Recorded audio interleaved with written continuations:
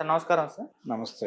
Sir Vallabhaneni Vamsi జైల్‌లో నరకం చూస్తున్నారు, తనకి నరకం చూపిస్తున్నారు అంటూ పేర్ని నాని కొన్ని ఆరోపణలైతే చేశాడు సార్. ఆ జైల్‌లో మరి నిజంగా ఈ స్థాయిలో ఉంటుందా? అంటే ఖైదీలు నరకం అనుభవించే స్థితిలో ఉంటారా? లేకుంటే గవర్నమెంట్ ఏమన్నా వాళ్ళకు టార్చర్ పెట్టాలనుకుంటే ఆ విధంగా ఆ దిశగా అడుగులు వేస్తారంటారా? అసలు ఇప్పుడు జైల్‌లో వల్లభనేని వంశీ కండిషన్ ఏ విధంగా ఉంటుంది? అంటే ఏ విధంగా పరిస్థితులు ఎదుర్కొంటున్నారు? మరి పేర్ని నాని ఆరోపణలపైన మీ ఒపీనియన్ ఏంటి సార్? వల్లభనేని వంశీ గారు ఎక్కడున్నాడు? ఏ జైల్లో ఉన్నాడు? ఏ జైల్లో ఉన్నాడు? అనే దాన్ని బట్టి ఉంటుంది. హ్మ్. రాజమండ్రి జైల్లో ఒక పద్ధతి ఉంటుంది. హ్మ్. విజయవాడ జిల్లా జైల్లో ఒక పద్ధతి ఉంటుంది. హ్మ్. విజయవాడ జిల్లా జైలు, గన్నవరంలో కూడా ఒక జైలు ఉంది. ఓకే. గన్నవరంలోనూ జైలు ఉంది. మచిలీపట్నంలో కూడా ఒక జైలు ఉంది. అయితే జిల్లా జైళ్లలో సౌకర్యాలు పరిమితంగానే ఉంటాయి. హ్మ్. సెంట్రల్ జైల్లో ఉన్నన్ని సౌకర్యాలు ఇక్కడ ఉండవు. హ్మ్. ఉండకపోవడానికి కారణం ఏంటంటే రిమాండ్ ప్రిజనర్స్ ఎక్కువ మంది ఉంటారు. వాళ్ళు ఈరోజు వెళ్తారు, రేపు బయటికి వెళ్ళిపోతారు, బెయిల్ వచ్చేస్తుంది. రిమాండ్ ప్రిజనర్స్ ఎక్కువ శాతం ఉంటారు. అలాగే పెద్ద నేరగాళ్ళని అక్కడ ఉంచరు. అంటే పెద్ద సెక్షన్స్ ఉంటాయి కొన్ని. ఇప్పుడు సపోజ్ టాడా యాక్ట్ ఉందనుకోండి. హ్మ్. టాడా లాంటి యాక్ట్స్ పెట్టినటువంటి నేరస్తులు వాళ్ళు తీసుకోరు. వాళ్ళని ఖచ్చితంగా సెంట్రల్ జైలుకి పంపించమని అడుగుతారు. ఓకే. అంటే అక్కడ భద్రతకి సంబంధించిన సమస్యలు కూడా ఉంటాయి. అయితే విజయవాడ జిల్లా జైలుకి సంబంధించి 3 బ్లాక్స్ ఉన్నాయి అక్కడ. 3 బ్లాకులుగా జైలు ఉంది. First block, second block, third block అంటారు.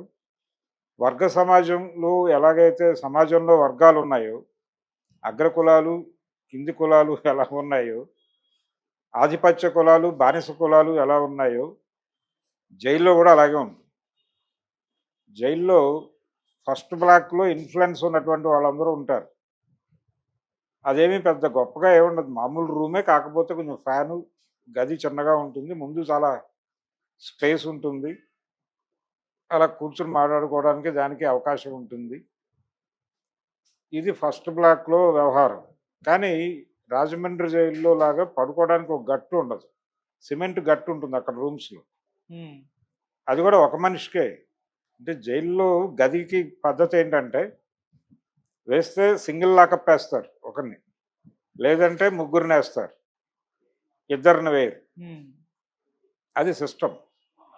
అంటే ఇద్దరు కొట్టుకుంటే మూడో వ్యక్తి సాక్ష్యంగా ఉంటాడనేది వాళ్ళ ఉద్దేశం. ఓకే. అందుకని ఇద్దరిని వేయరు. వేస్తే ఒకరినేస్తారు, లేదంటే ముగ్గురినేస్తారు. ఆ ముగ్గురిలో ఒకడే పడుకోగలడు. మిగిలిన ఇద్దరు కింద పడుకోవటమే. లోపల ఒక అటాచ్డ్ వాష్‌రూమ్ ఉంటుంది. వాష్‌రూమ్ అంటే అదేం పెద్ద రూమ్‌లా ఉండదు. హ్మ్. ఒక పక్కకి ఒక బేసిన్ ఉండి, ఒక చిన్న గోడ ఉంటుంది దానికి అడ్డు అంతే. చిన్న పెట్టగోడ ఉంటుంది. అక్కడ నీళ్ళు ఏర్పాటు చేసుకొని ఏదైనా ప్రాబ్లమ్ వస్తే నైట్ అక్కడ కానిచ్చుకోవాలి. బయటకు తీయరు. మార్నింగ్ అన్‌లాకప్ చేస్తారు. అన్‌లాకప్ చేసిన తర్వాత బయట తిరగొచ్చు. ఆ బ్లాక్ వరకు తిరగొచ్చు. ఈ ఫెసిలిటీ వీళ్ళకుంటుంది.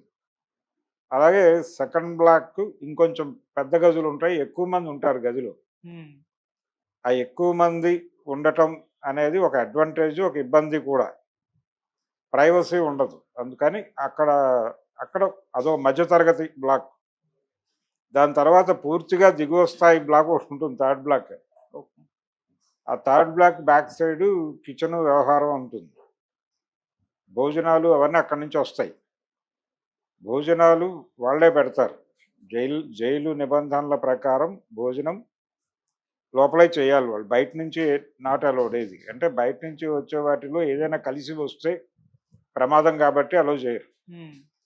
కానీ విజయవాడ జైలు గతంలో బయట నుంచి తెప్పించుకునే ఒక సౌలభ్యం ఉండేది.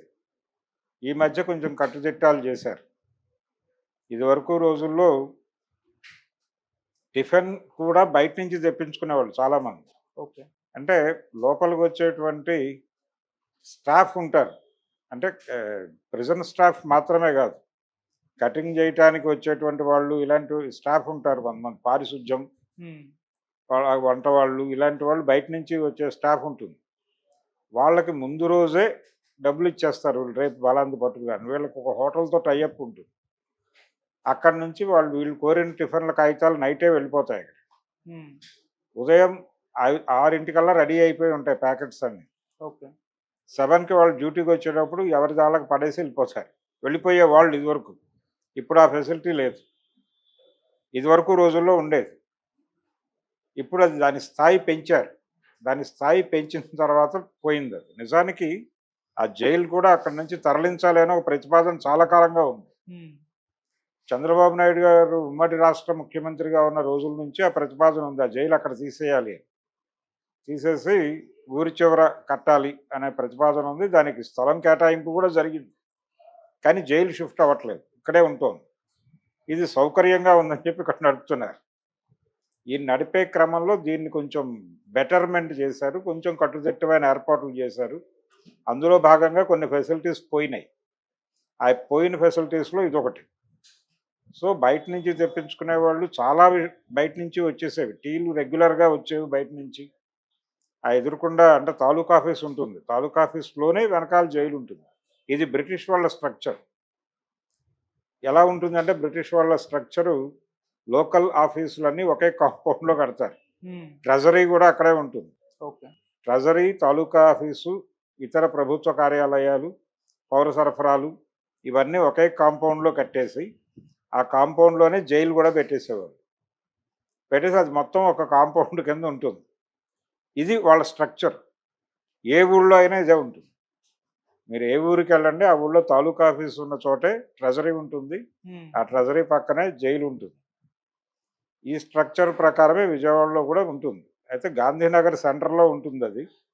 ఉండడంతో హార్లిక్స్ సీసాలు ఇచ్చి, ఆ పక్కన ఉన్నటువంటి డైమండ్ టీ సెంటర్ దగ్గర నుంచి టీలు తెప్పించుకునేవాళ్ళు వీళ్ళు. హ్మ్. గేట్ దగ్గర సీసా డబ్బులు ఇచ్చేస్తే, కొంచెం కమిషన్ తీసుకొని సీసా బయటకి పంపించి, ఈ డెలివరీ కోసం బాయ్స్ ఉండేవాళ్ళు ఉంటారక్కడ. వాళ్ళకి ఇచ్చేస్తే వాళ్ళు పట్టుకొచ్చి ఇచ్చేస్తారు. అంత ఈజీ మార్కెట్ యాక్సెసిబిలిటీ ఉండేది విజయవాడ జైలుకి. ఇప్పుడు కొంచెం కట్టుదిట్టం చేశారు. ఒక గేటు వ్యవస్థ అన్నీ వచ్చినాయి ఇప్పుడు. హ్మ్. పాత రోజుల్లో నేను ఆ జైల్లో ఉండగా పరిస్థితి ఉండేది. రాత్రి అంటే ప్రాపర్ కూర లేకపోతే బయట నుంచి డబ్బులు ఇచ్చేస్తే తెప్పించేసేవాళ్ళు. ఏదో కూర మనం చెప్పింది. దాంతో తినేసి పడుకునేవాళ్ళం. ఈ పరిస్థితి ఉండేది. కానీ ఈ మధ్య కొంచెం తగ్గింది. విజయవాడ జైలుని 5 స్టార్ జైలు అనేవాళ్ళు ఆ రోజుల్లో. 5 స్టార్ జైలు అంటే ఏదైనా దొరుకుతుంది మీ దగ్గర డబ్బులుంటే అనే పరిస్థితి ఉండేది.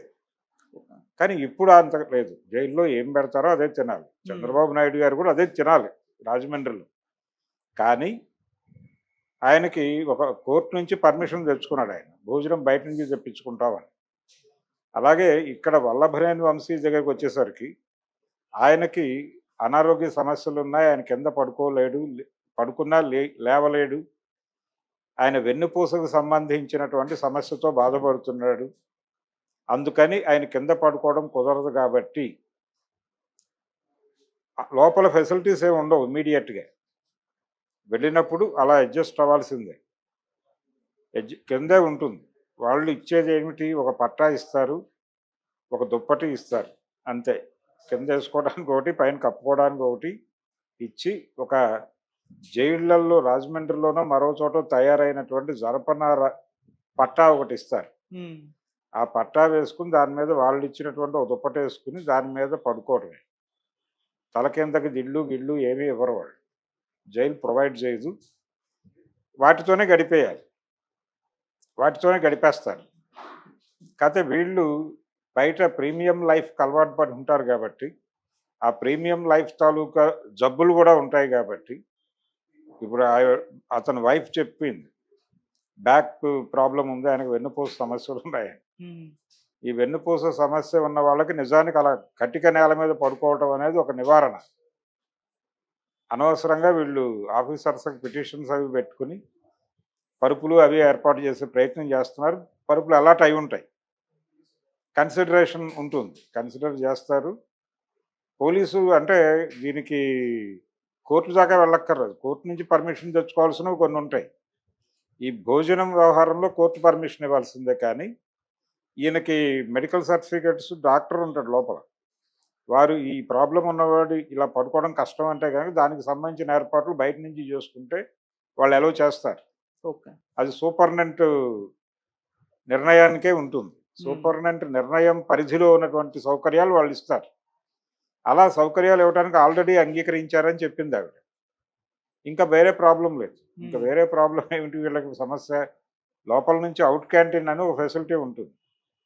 ఆ అవుట్ క్యాంటీన్ రాసి ఏదైనా కావాలంటే తెప్పించుకోవచ్చు. దిండు తెప్పించుకోవచ్చు, లేకపోతే ఇంకొక 2 దుప్పట్లు తెప్పించుకోవచ్చు బయట నుంచి. అంటే వీళ్ళ అకౌంట్లో డబ్బులు ఉంటాయి.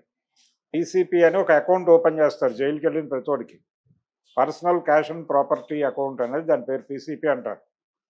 ఆ పీసీపీలో మీ డబ్బులు ఉంటే ఆ డబ్బుల నుంచి మీరు పిటిషన్ రాసి మీకు ఏం కావాలో తెప్పించుకోవచ్చు. అవుట్ క్యాంటీన్ వార్డర్ అని ఉంటాడు. వారు సూపరింటెండెంట్ అంటే మీరు ఇచ్చిన పిటిషన్ సూపరింటెండెంట్ సంతకం పెట్టాక వారి దగ్గరికి వెడుతుంది. ఓకే. ఆ సంతకం పెట్టిన పిటిషన్లలో ఏమి రాసి ఉన్నాయో అవి కొనుక్కొచ్చి అక్కడ పడేస్తాడు అతను. అవి వీళ్ళకి డెలివరీ అయిపోతాయి. సో ఈ ఫెసిలిటీ ఉంటుంది. అలా రాసి తెప్పించుకోవచ్చు. ఏదైనా కావాలంటే మందులు డాక్టర్ గారికి చెప్పి, అయ్యా నాకు బయట ట్రీట్మెంట్ ఇది జరుగుతోంది, ఈ మందులు కావాలంటే ఆయన సంతకం పెడితే అవి తెచ్చిస్తారు. సో సమస్య ఉండదు. అలాగే ఇంటర్వ్యూ ములాఖాతులు వస్తాయి. ములాఖాతులకు వచ్చిన వాళ్ళు ఏవేవో పట్టుకొస్తారు. అవన్నీ లోపల స్టాక్ అయి ఉంటాయి. అవి తింటూ ఉంటారు. టెక్నికల్గా సమస్య ఉండదు జైల్లో. కాకపోతే ఏంటంటే మార్నింగ్ బ్రేక్ఫాస్ట్ వాళ్ళు పెడతారు. కానీ ఏం పెడతారు? ఒకరోజు ఉప్మా పెడతారు, ఒకరోజు పులిహోర పెడతారు. పూరీలు, ఇడ్లీలు, దోశలు ఇలాంటి ప్రోగ్రాం ఉండదు. ఓకే.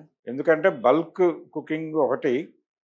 రెండోది యాక్చువల్గా ప్రిజన్స్కి బ్రేక్ఫాస్ట్ ఇది లేదు రూల్. అయితే 60 దశకంలో సెంట్రల్ జైళ్లలో ఒక నిరాహార దీక్ష జరిగింది. ఎంవి రమణారెడ్డి గారు ఇప్పుడు ఉన్నాడు ఆయన రైటర్. ఎంవీఆర్ పొద్దుటూరు డాక్టర్ ఆయన. వారు అప్పుడు జైల్లో ఉన్నాడు అక్కడ రాజమండ్రిలో. వీళ్ళందరూ ఒక సమ్మె చేసి ప్రభుత్వం నుంచి ఒక ప్రొవిజన్ తీసుకున్నారు కానీ దానికి స్పెషల్ రేషన్ ఇవ్వాలి అనే డిమాండ్ సాధించుకోవాలి. ఓకే. దాంతో ఏంటి వీళ్ళకి భోజనాలకి దానికి ఇచ్చినటువంటి అలాట్మెంట్లోనే బ్రేక్ఫాస్ట్కి కొంత రైస్ తీశారు విడిగా.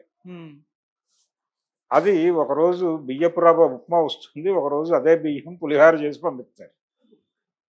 అవి తినాలంతే. అవి తినేసి అక్కడ టీ వస్తుంది, టీ ప్రొవిజన్ ఉంది. సో టీ తాగేసి అలా ఉంటే మధ్యాహ్నం భోజనం వస్తుంది. భోజనం పట్టుకొని అంటే ప్లేట్లు తీసుకెళ్ళి నిలబడితే వాళ్ళు పెడతారు. అది ఎక్కడో చోట తినేసో లేదు లోపల పెట్టుకుని నెమ్మదిగా తినో ఏదో చేయాలి. ఈవినింగ్ లాకపోవడానికి ముందే భోజనం సరఫరా చేసేస్తారు. ఈ భోజనం తిని లోపలికి వెళ్ళేవాళ్ళు ఉంటారు, లోపల పెట్టుకుని తర్వాత తినేవాళ్ళు ఉంటారు, వాళ్ళ పద్ధతి. అయితే ఈ ఫస్ట్ బ్లాక్లో అలాట్మెంట్ ఇచ్చుంటారు ఇతనికి, వల్లభనేని వంశీకి. అక్కడ సౌకర్యాలు బాగానే ఉంటాయి. అలాగే బయట నుంచి తెప్పించుకోవడానికి సంబంధించిన సౌకర్యాలు కూడా బాగానే ఉంటాయి. అంత ఇబ్బందులు ఏమి ఉండవు. వీళ్ళు చెప్తున్నంత ఇబ్బందులు డెఫినెట్గా ఉండవు. అదేదో ఆవిడ ఒక మాట వాడారు, ఆ గదిలో అలా ఉండిపోతే ఆయనకి బ్రీతింగ్ ఇష్యూస్ ఉన్నాయి, ఆ గదిలో ఆయన ఉంటారా ఏమైపోతారా? అలా ఉంచరు గదిలో. నైట్ ఉంటాడు అంతే గదిలో. రాత్రిపూట మాత్రమే గదిలో పడుకుంటారు. ఎర్లీ మార్నింగే అన్లాకప్ చేసేస్తారు. అక్కడి నుంచి బయటే కూర్చోవచ్చు ఆయన. ఓకే. బయట కూర్చోవచ్చు. ఆయన బయట నుంచి చైర్ తెప్పించుకుని కూడా వేసుకుని కూర్చోవచ్చు. ఎవడో అభ్యంతరాలు చెప్పరు అక్కడ. అలా గడిపేయచ్చు. పేపర్లు తెచ్చి పెడతారు. పేపర్లు ఎలాగో వస్తాయి లోపలికి, అన్ని పేపర్లు వస్తాయి, చదువుకోవచ్చు. ఈ మధ్య టీవీ ఏర్పాటు కూడా చేశారు. కమ్యూనిటీ టీవీ ఏదో ఉంటుంది, వెళ్ళి అక్కడ కూర్చుని చూసుకోవచ్చు. లేదంటే లోపల తన గదిలో తను కూర్చుని హాయిగా పేపర్లు చదువుకోవచ్చు. టెక్నికల్గా ఇబ్బంది ఉండదు. మహాత్మా గాంధీ లాంటి వాడికి ఇప్పుడు వీళ్ళు చెప్తున్న పద్ధతి ఎలా ఉందంటే, మహాత్మా గాంధీకి పూణేలో ఆగాఖాన్ ప్యాలెస్ని అలాట్ చేశారు అప్పుడు క్విట్ ఇండియా టైంలో ఆయన అరెస్ట్ చేసినప్పుడు. అందులో వంటవాళ్ళు అందరూ ఉండేవాళ్ళు. ఆయన కస్తూరిబా కూడా అందులోనే ఉండేది. ఆయన అంతా అందులోనే గడిపాడు. బయట కాపలా ఉండేది అంతే. ప్యాలెస్లో ఉంచారు ఆయన గాంధీని. అలాంటి ప్యాలెస్లో ఉంచాలని కోరుకుంటున్నాడేమో వల్లభనేని వంశీ. కానీ ప్రజలు ఎలా కష్టాలు పడుతున్నారనేది తెలియాలి కదా ప్రజాప్రతినిధులకి. జైళ్ళు ఎలా ఉంటాయో కనీసం తెలియాలి కదా. లాకప్ ఎలా ఉంటుందో తెలియాలి కదా. లాకప్లో ఎంత దారుణమైన పరిస్థితులు ఉంటాయి. యాక్చువల్గా 24 గంటల్లో కోర్టుకు పెట్టేయాలనేది రూల్ ఉంది. కాన్స్టిట్యూషన్ ఇచ్చినటువంటి నిబంధన అది. కానీ 24 గంటల్లో కోర్టులకు పెట్టరు. అలా ఉంచి వాళ్ళకి వీలున్నప్పుడు పెడతారు. వారం రోజులు లాకప్‌లో ఉండేవాళ్ళు ఉంటారు. నెల రోజులు లాకప్‌లో ఉండేవాళ్ళు కూడా ఉంటారు. వాళ్ళు అలాగే అదే గదిలో ఎంతమందొస్తే అంతమంది 10 మంది, 15 మంది కూడా ఉంటారు ఒక్కొక్కసారి. ఓ చిన్న గదిలో. సర్దుకుని ఉండటమే. బుట్ట భోజనం వస్తుంది వాళ్ళకి. ఆ బుట్ట భోజనం సర్దుకుని తినటమే. ఆ భోజనం కూడా వీళ్ళు తీసుకురారు. అంటే వీళ్ళని కోర్టుకు పెట్టినప్పుడు కోర్టు 24 గంటలకు మాత్రమే డబ్బులిస్తుంది. ఈ మిగిలిన అన్ని రోజులకి పోలీసులే పెట్టాలి. పోలీసులు ఎక్కడి నుంచి పెడతారు? వీళ్ళు బయట వచ్చేటువంటి కలెక్షన్స్ ఉంటాయి. ఈ వెహికల్స్ ఆపినప్పుడు అప్పుడు వచ్చేటువంటి డబ్బుల ఆధారంగా వీళ్ళ మీద ఇన్వెస్ట్ చేస్తారు వాళ్ళు. ఇన్ని కష్టాలు ఉంటాయి డిపార్ట్మెంట్‌కి కూడా. అలాంటి లాకప్‌లో ఉంటే ఆ లైఫ్ తెలుస్తుంది. అలాంటి లాకప్‌లో లేకుండా జీవితం ఎలా తెలుస్తుంది వీళ్ళకి ప్రజాప్రతినిధులకి? ఈ తర్ఫీదు ఉండాలి కదా! ప్రజా జీవితం మీకు తెలియాలంటే. అందుకని ఇదంతా ట్రైనింగ్ క్యాంపులు. ఇవన్నీ ట్రైనింగ్ సెంటర్స్. జైలుకెళ్ళకపోతే జీవితం తెలీదు. జైళ్ళల్లో కష్టాలు ఎలా ఉంటాయి? సిగరెట్లు తాగే హ్యాబిట్ ఉంటుంది కొంతమందికి. లోపలికి వెళ్ళగానే సిగరెట్ దొరకదే.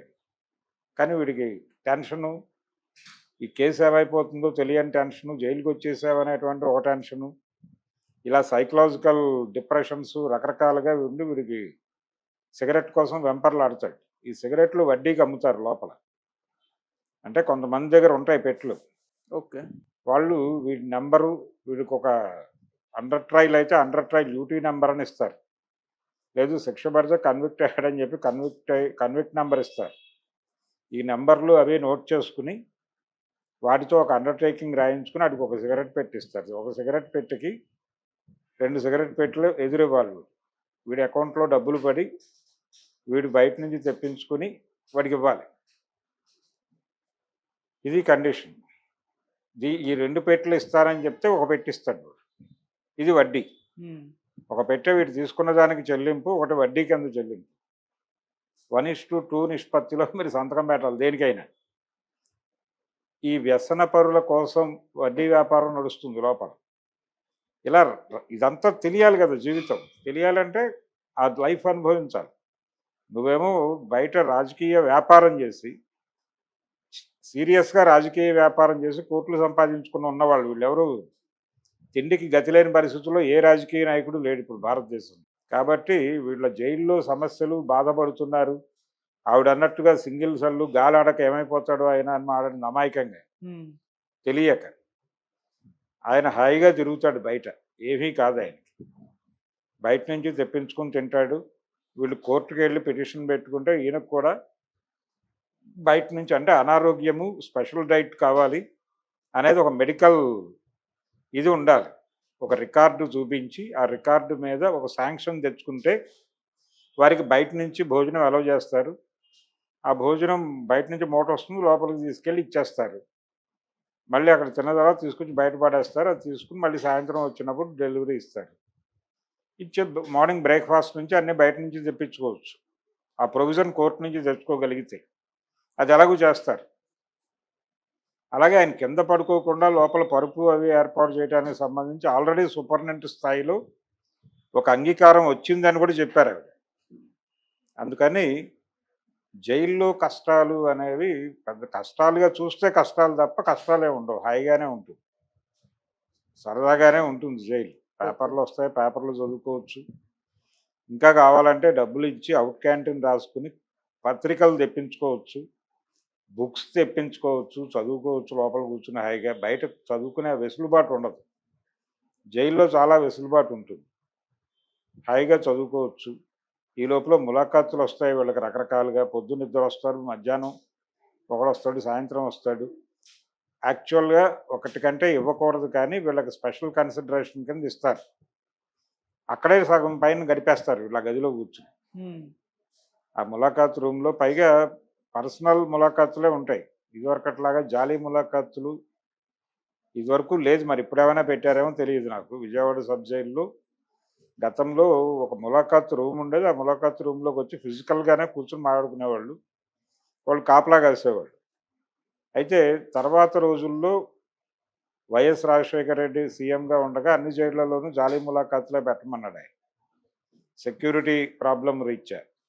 అలా ఒకవేళ ఇప్పుడేమైనా జాలీ ములాఖాతులు ఉన్నాయేమో కానీ వీళ్ళకి స్పెషల్ కన్సిడరేషన్ కింద ములాఖాతులు ఏర్పాటు చేస్తున్నట్టుగానే మనకు అర్థమవుతుంది. ఉమ్, ఎందుకంటే జగన్మోహన్ రెడ్డి గారు వెళ్ళి మాట్లాడాడు, పేరు నాని గారు వెళ్ళి మాట్లాడాడు, ఆవిడ రెగ్యులర్గా వెళ్ళి మాట్లాడుతున్నారు, అతని వైఫ్. సో ఆ ప్రాబ్లం ఏం లేదు. ఇంట్లో వాళ్ళు పట్టించుకోకుండా అసలు వదిలేసిన వాళ్ళు చాలామంది ఉంటారు లోపల. లోపల ఏదో ఇలాంటి వాళ్ళకి పని చేసి పెట్టి, ఇలాంటి వాళ్ళకి బట్టలు ఉతికి వీళ్ళు ఇచ్చే డబ్బులతో బతికే వాళ్ళు కూడా ఉంటారు లోపల. లోపల వీళ్ళకి పాలేరులు దొరుకుతారు డెఫినెట్గా. అది ప్రెజెంట్ వాళ్ళే ఏర్పాటు చేస్తారు కూడా.